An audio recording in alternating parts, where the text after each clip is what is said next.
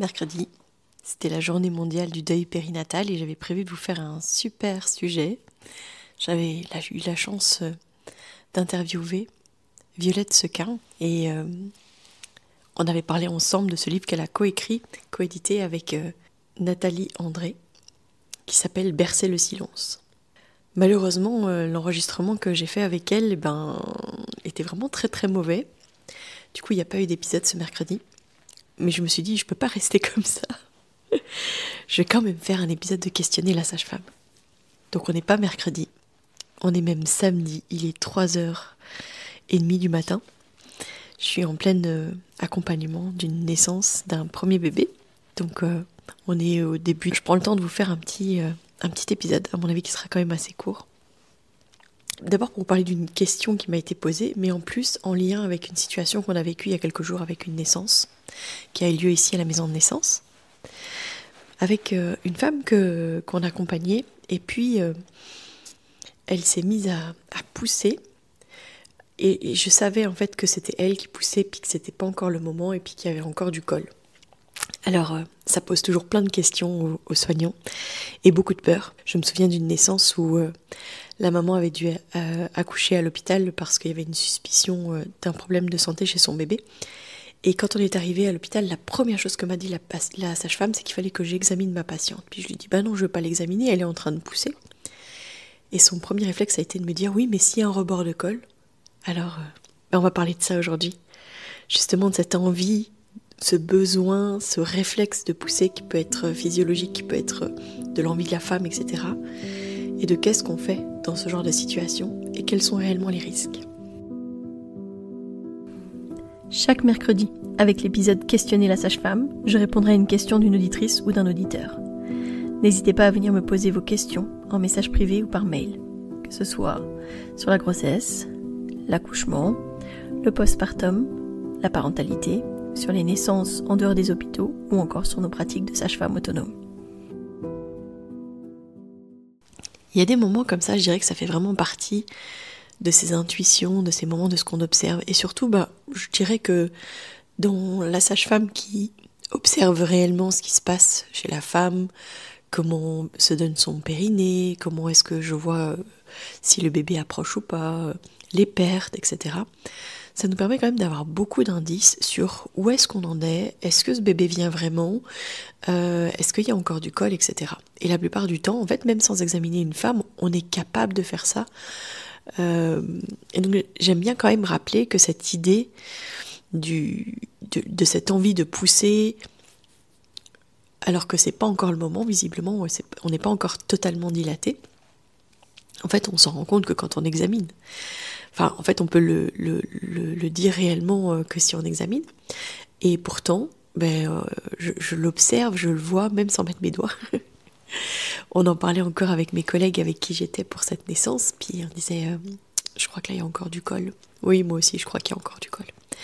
Donc, c'est important de se rendre compte que ça devient un problème que si, en fait, on n'observe pas la suite de ce qu'on attend, et que ça dure trop longtemps, etc. Mais le problème, c'est surtout notre attente à nous. Ce jour-là, quand j'ai vu cette femme, je me suis tout de suite dit, en fait, elle poussait, mais c'était pas ce moment-là, c'était pas encore. C'était elle qui avait envie de pousser parce qu'elle avait envie que ça s'arrête. C'est loin d'être isolé parce que on sait que les femmes, elles vont avoir parfois ce réflexe qui peut être vraiment un réflexe d'expulsion, comme si elle était entièrement dilatée, ou alors elle peut, par réflexe, mais par réflexe, on va dire mental, physique, se mettre elle-même à pousser. On va vite faire la distinction parce que les sons, la manière de faire, le ventre, ne se donnent pas du tout de la même manière. C'est-à-dire que le réflexe d'expulsion, l'utérus chasse, alors que quand c'est le réflexe que la femme va développer, je veux dire la réponse que la femme va développer par rapport à une sensation, à une tension, à une difficulté au niveau mental, ça va être totalement différent. Alors en observant justement et en restant auprès des femmes, on observe vraiment cette différence et on peut faire la distinction. Et là c'est ce que j'ai fait. C'est-à-dire qu'à la base, j'ai laissé quand même faire, parce que parfois, la femme, elle va avoir cette envie, et puis ça va enclencher sur autre chose. Puis là, voilà, en la laissant faire encore pendant quelques contractions, au bout d'un moment, je lui ai dit, écoute, est-ce que je peux t'examiner? Évidemment, quand je l'ai examiné, j'ai senti qu'il y avait du col, qu'il y avait encore pas mal de col, c'était pas juste un rebord. Et je lui ai dit, c'est toi qui pousse ou c'est ton corps qui pousse? C'est toi qui as envie de pousser? Et elle m'a dit, oui, je pense que ça me fait du bien, etc. Donc j'ai juste dit, je pense que là, maintenant, c'est mieux que tu essayes de ne pas pousser. Alors, quand je dis, c'est mieux que tu essayes de ne pas, parce que parfois, en fait, elle ne saura pas faire autrement. Notamment si c'est le réflexe d'expulsion, si c'est ce réflexe que les femmes, en fait, elles disent elles-mêmes, ça pousse tout seul, ça va être beaucoup plus compliqué de ne pas la faire pousser. Là, dans ce cas-là, comme c'était elle qui poussait, c'était potentiellement plus facile. Je dis potentiellement parce qu'en fait, à nouveau, mentalement, physiquement, peut-être qu'elle avait réellement besoin de pousser, que c'était potentiellement plus difficile. Quand on ressent cette envie pressante, je crois qu'il y a beaucoup de gens qui trouvent ça un peu déconcertant quand ça pousse tout seul. Les femmes disent parfois ça pousse tout seul. Elles ont un peu du mal à reprendre leur souffle. Elles sont un peu, mais c'est ok, ça va. Et dans des situations où le col il est pas entièrement dilaté ou dilaté, on verra en fait au fur et à mesure si c'est nécessaire de mettre en place des choses pour l'aider à passer à travers ça ou si ça va se faire tout seul. On parle souvent donc quand les femmes se mettent à pousser alors que le col n'est pas entièrement dilaté, on parle d'envie précoce de pousser. D'accord ? Ça veut dire vraiment que c'est pas encore normalement, officiellement le bon moment, mais elles le font quand même. C'est pas une mauvaise chose, c'est pas pathologique pour autant. Et le col, il faut savoir quand même qu'il n'a pas forcément besoin d'être ouvert à 10 cm pour permettre la naissance. Parce qu'on a cette idée-là de entièrement dilaté, 10 cm, etc. Mais en fait, tous les cols sont différents, tous les corps sont différents, puis tous les bébés sont différents et se positionnent différemment. Donc, ça peut être physiologique ou pas en fonction des cols, en fonction des bébés, en fonction de chaque particularité. La peur des soignants, je vous l'ai dit, c'est que les femmes, elles poussent avant la dilatation complète. Et la peur, c'est que ça provoque des œdèmes ou des lésions au niveau du col. C'est une croyance qui est très très forte. Alors oui, on peut observer parfois quand les femmes se poussent fort, enfin voilà, on va sentir que le col a tendance à se démacier, mais ça ne veut pas dire qu'il ne va pas lâcher. Enfin, on a cette image du col qui est tendu, qui est trop gonflé, etc. Mais en fait, parfois, c'est juste une question de positionnement, une question de stimulation du col. Puis elle va quand même réussir à faire passer ce col qui nous paraît à nous fort gonflé, etc. Et impossible à passer, alors que, en fait, elle peut très bien arriver à le faire. La patiente, par exemple, qu'on a eue nous, quand je l'ai examinée, j'ai senti quand même qu'il y avait un endroit qui était plus gonflé. Donc, évidemment, quand j'en ai parlé avec mes collègues, elles étaient un petit peu en mode « Ah, j'espère que ça va aller, etc. » On a donné un peu d'homéopathie, on a fait de la posturale, et puis finalement, ça a été. Mais c'est important de se rendre compte que il n'y a pas vraiment d'obligation, c'est pas parce qu'elle se met à pousser que d'office il va y avoir une lésion du col ou que le col va se démacier. Parfois ça va juste passer et ça va être ok. C'est clair que quand elles sont en plein dans la tempête, dans le vortex de sensations, etc., que c'est tellement intense, que c'est tellement presque trop fort pour pouvoir le gérer, etc., cette envie irrépressible de pousser, parfois juste mental, physique, et pas encore ce réflexe qui vient vraiment de cette stimulation des nerfs profonds, qui va pouvoir donner ce réflexe d'expulsion. Moi, je dis souvent que c'est comme le fait de vomir, ça va être vraiment un réflexe très fort, très puissant, et en fait surtout on ne peut pas empêcher la femme de le faire. Eh bien, c'est important de se rendre compte que c'est quelque chose qui parfois dépasse, d'accord ? Parce que c'est pas mentalisé, c'est physiquement fait. Et les femmes, parfois, quand je leur dis « il faut que tu arrêtes de pousser, essaye d'arrêter de pousser, souffle, etc. » Eh bien, elles me disent « mais a posteriori, quand on en reparle, elles disent « c'est vrai que je sais qu'on doit attendre 10 cm, mais je sais pas pourquoi j'avais cette envie de pousser maintenant, etc. » C'est parfois perturbant, mais en fait, l'attention, comme je disais, physique, le mental, etc., ça peut vraiment créer ça. Alors le réflexe de pousser, ça c'est vraiment les femmes qui vont se mettre à pousser en mode très fort comme ça, avec cet utérus qui chasse. Ça c'est vraiment lié à ce bébé qui vient stimuler. Alors pourquoi cette envie précoce elle peut survenir ? Tout simplement parce que c'est la façon naturelle dont le corps agit dans ce travail-là, dans cet accouchement-là. Ça peut être dû en fait à la poche des os bombante qui descend dans le vagin et puis qui va déjà stimuler des muscles profonds, des nerfs profonds et qui va mettre en route ce réflexe d'expulsion. Ça peut être lié à la position du bébé. On parle du bébé qui est un peu asynchlyte, donc sa tête qui est un peu inclinée d'un côté plutôt que de l'autre. Ou parfois aussi les bébés qui sont en postérieur qui peuvent aussi donner plus de sensations. Les bébés qui peuvent être très bas dans le bassin alors que le col n'est pas encore complètement dilaté parce que le col fait comme un bonnet autour de la tête du bébé, puis descend quand même assez bas dans le bassin et donc peut déjà donner aussi des sensations alors qu'il y a encore du col. Certaines présentations en siège aussi peuvent faire cette sensation-là et donner une envie de pousser, ce réflexe de pousser avant dilatation complète.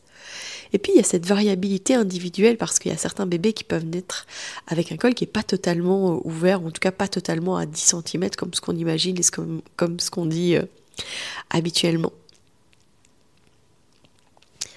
Alors dans l'exemple de cette patiente dont je vous ai parlé tout à l'heure, quand elle s'est mise à pousser et que je l'ai laissé faire, j'ai observé et je ressentais que c'était pas encore le réflexe, mais que c'était bien elle qui poussait. Parce que dans le réflexe, on voit cette bascule du corps, ce ventre qui chasse et ce côté ça pousse alors que je ne fais rien. Là, c'était pas du tout ça. C'est pour ça que je lui ai proposé l'examen et que j'ai bien vu en fait qu'il restait du col, pas un petit bord, voilà, mais encore pas mal de col. Et là, c'était important de juste l'aider à ralentir, de lui donner un peu des pistes pour pouvoir l'aider. Puis surtout, dans ce cas-là, je lui ai expliqué qu'il y avait encore du col, que j'avais envie de lui redonner justement les rênes et de lui expliquer pourquoi est-ce que c'était important d'essayer d'attendre.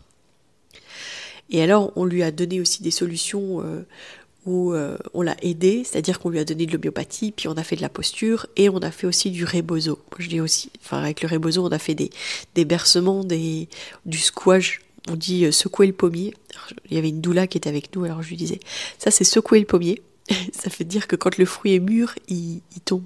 Je dis, ça tombe bien, on est au moment où on récolte les pommes. Et ça a marché, donc c'est ça qui marche. Alors du coup, qu'est-ce qu'on peut proposer ?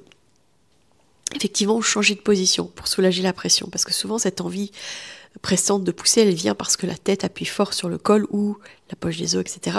Mais en tout cas, ça crée cette sensation de descente, ça peut donner un faux signal au corps, parce que ça peut être, comme je disais, la poche des os, ça peut être la tête qui est mal mise, qui est un peu asynchlyte, qui peut donner ça. Donc le fait de changer de posture, ça peut transformer totalement la situation. L'idée, c'est de justement soulever légèrement le bébé hors du col, temporairement, pour aider justement la femme à arrêter de pousser. Alors ça peut être par exemple d'être dans le bain, dans la piscine, et d'utiliser la flottaison pour réduire la pression. Ça peut être aussi de mettre la femme sur le côté, donc si par exemple le rebord est plus à droite, on va la mettre à gauche pour lever un peu la pression, avec un coussin entre les jambes, ou alors le mieux c'est d'avoir ces doubles ballons, là on appelle ça la cacahuète. Bon, à la bulle, on n'a pas de cacahuète, mais ça peut être un outil qui peut y avoir notamment à l'hôpital, qui peut aider dans ce genre de situation. Et en alternant les deux côtés, parfois ça peut aussi aider. On peut adopter une position exagérée avec la tête en bas et les fesses en l'air. Ça, c'est une position qu'on a appris avec le Spinning Baby, avec les genoux sur les coussins, la tête qui est près du sol. Ça peut mettre vraiment, le bassin doit être plus haut que les épaules. C'est très efficace, surtout pour repositionner les bébés. Comme je vous ai dit, les positions où le bébé est asynchlyte, en fait, en faisant ça, on peut désenclaver le bébé du bassin, lui laisser l'espace de se repositionner correctement pour potentiellement mieux stimuler le col. Donc ça peut être quelque chose qu'on peut proposer. Ça peut être aussi de monter des escaliers de manière sur le côté, de manière asynchlyte, et après quelques contractions, passer dans l'autre sens. Ça peut aussi aider le bébé à se réengager dans une meilleure position. On peut aussi soulever le ventre en étant debout ou assise. Alors ça peut accentuer un peu la position du bébé, ça peut l'aider à passer ce rebord de col si jamais il y en a. Alors on peut aussi proposer des rotations du bassin, dans un sens puis dans l'autre, de manière assez rapide. Ça peut aussi aider à ce que le bébé s'engage et appuie bien plus fort et aide à la dilatation de ce col.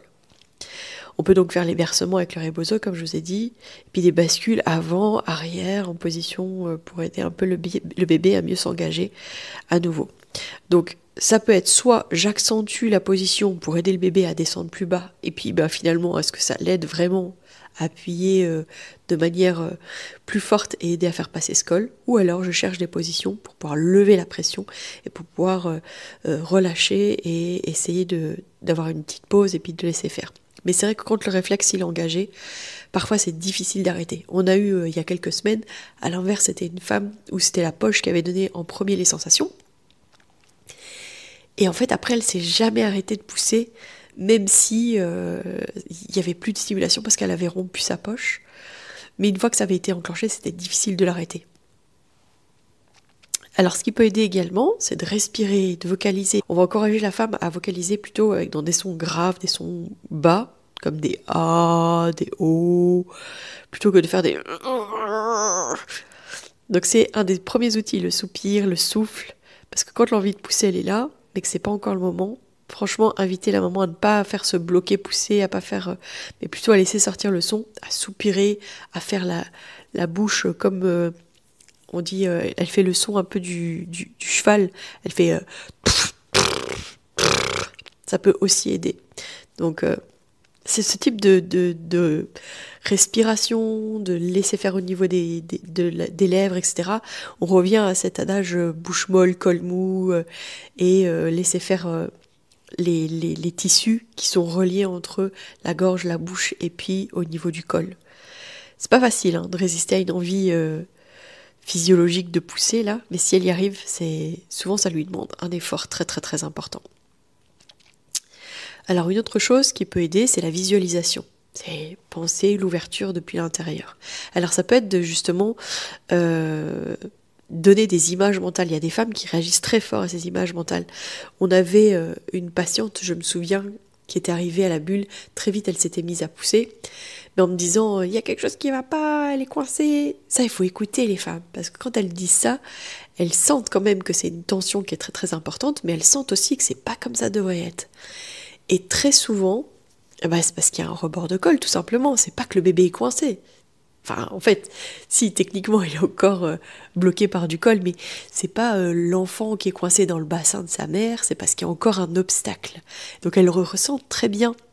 Et quand elle dit ça, souvent on peut se dire que c'est vraiment parce qu'en général il y a encore un rebord de col.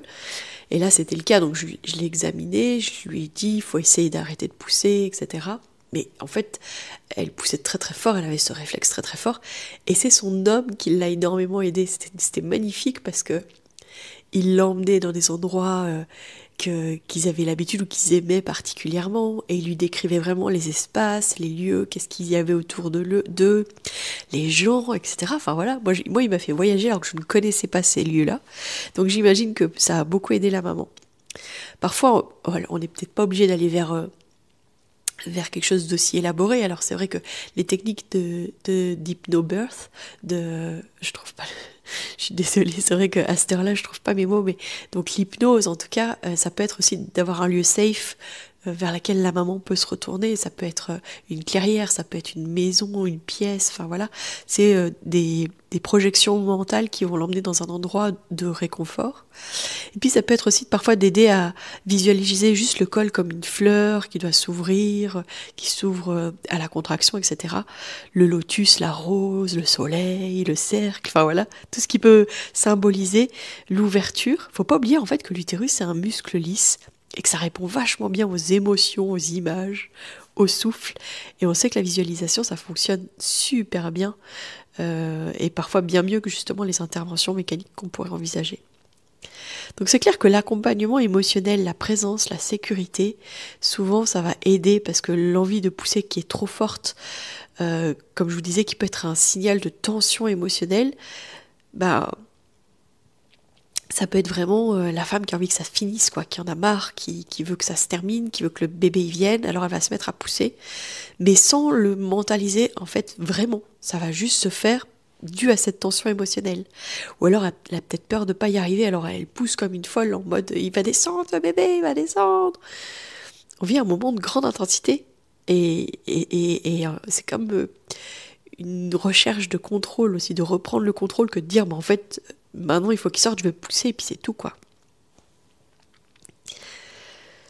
à nouveau, je pense que c'est ce qui s'est passé avec notre patiente, et ce qui l'a aidé, c'était qu'on ait mis les mots, puis c'est qu'on l'ait aidé au niveau de la posture, etc., puis qu'on l'ait aidé avec le rebozo et puis avec l'homéopathie, mais ça a été très rapide finalement, parce qu'entre le moment où je l'ai réexaminé, je lui ai dit stop, etc., et le moment où le bébé est né, on a dû avoir 20 minutes grand maximum, alors qu'on aurait pu se dire, bon, il y a encore autant de colle, ça va encore prendre autant de temps, etc. C'était même pas le cas. Et puis, j'ai envie de dire que dans les choses qu'on peut faire aussi, c'est tout simplement de laisser faire le corps. Enfin, surtout si on est à 8-9 cm, là qu'on est avec le rebord de colle, mais moi souvent ça m'arrive de juste laisser faire. Je vais voir au niveau des pertes qu'il y a un rebord de colle, mais si ce bébé arrive à le faire passer, on va le voir aussi. Et c'est une approche qui est tout à fait valable. D'accord, c'est pas pour autant qu'elle va avoir une blessure irréversible, ou surtout qu'en fait je la fais pas pousser de manière active, c'est elle qui va faire ça par à-coup, puis le bébé va venir vraiment se placer sur son col et elle va pousser au fur et à mesure. Le col peut vraiment s'ouvrir juste sous la pression des contractions avec la tête du bébé qui vient. Donc ça c'est vraiment important de se rappeler que c'est pas mauvais non plus de laisser pousser une femme qui a ce réflexe d'expulsion alors qu'elle n'a pas fini totalement de dilater, parce que parfois ce réflexe il est là pour l'aider à finir cette dilatation. Voilà.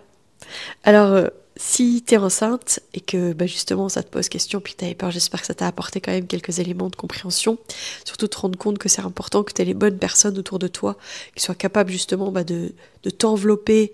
Moi je dis souvent qu'on tire l'espace, mais en fait on est là parfois pour englober, même si c'est pas par les gestes, mais c'est par les mots, le réconfort, le sens qu'on peut donner aux choses. Et donc c'est vraiment important d'être accompagné par les bonnes personnes. Si jamais tu habites dans la région puis que tu as envie de venir visiter la maison de naissance, me rencontrer en vrai mes collègues, écoute, tu es la bienvenue. Sache que on accompagne à 9 naissances par mois, et donc si jamais c'est quelque chose qui résonne un peu en toi, eh bien bienvenue à la bulle. Tu pourras avoir toutes les informations qui sont nécessaires sur le site internet de la bulle, et les références sont en lien dans la description de cet épisode. Et puis si tu accompagnes les femmes qui mettent au monde leur bébé, si tu es sage-femme, gynéco, étudiante sage-femme, doula, merci d'être là, et puis surtout merci de tenir l'espace avec confiance, même quand les cols ne sont pas comme dans les livres ou dans les manuels, etc. C'est pas grave s'il y a une envie de pousser trop tôt, c'est pas un danger, c'est pas quelque chose d'urgent, voilà, c'est un moment peut-être à écouter. Puis c'est peut-être quelque chose qui nous donne un indice sur une situation particulière. Donc, il existe plein de façons d'accompagner ce moment sans peur, sans forcer, surtout sans culpabiliser.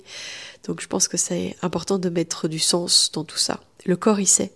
Parfois, il y a juste besoin d'un peu de temps, d'espace, de relâchement pour faire ce qu'il y a à faire. Voilà, si cet épisode t'a parlé, partage-le à une future maman, à une amie, à une collègue. Merci à tous ceux qui partagent encore les épisodes sur les réseaux sociaux. Je suis toujours ravie de repartager vos partages et de voir aussi les épisodes que vous avez aimés ou les publications que j'ai pu faire qui vous ont parlé. Et alors, si vous avez envie de m'écrire, de me raconter votre vécu, de me poser une question pour un prochain épisode de Questionner la sage-femme, eh bien, vous pouvez le faire en message privé via Instagram sur Sage-Femme Authentique, mais aussi par email, et vous avez aussi toutes les informations en lien dans la description de l'épisode. Voilà, un épisode de Questionner la sage-femme le samedi à 3h du matin. Ça faisait longtemps que j'avais pas enregistré à 3h du matin. Je vais vite aller retrouver ma petite maman qui est en train de mettre au monde son petit bébé, et je vous donne rendez-vous lundi déjà, il est temps que je réenregistre l'épisode de lundi. Et puis d'ici là, portez-vous bien.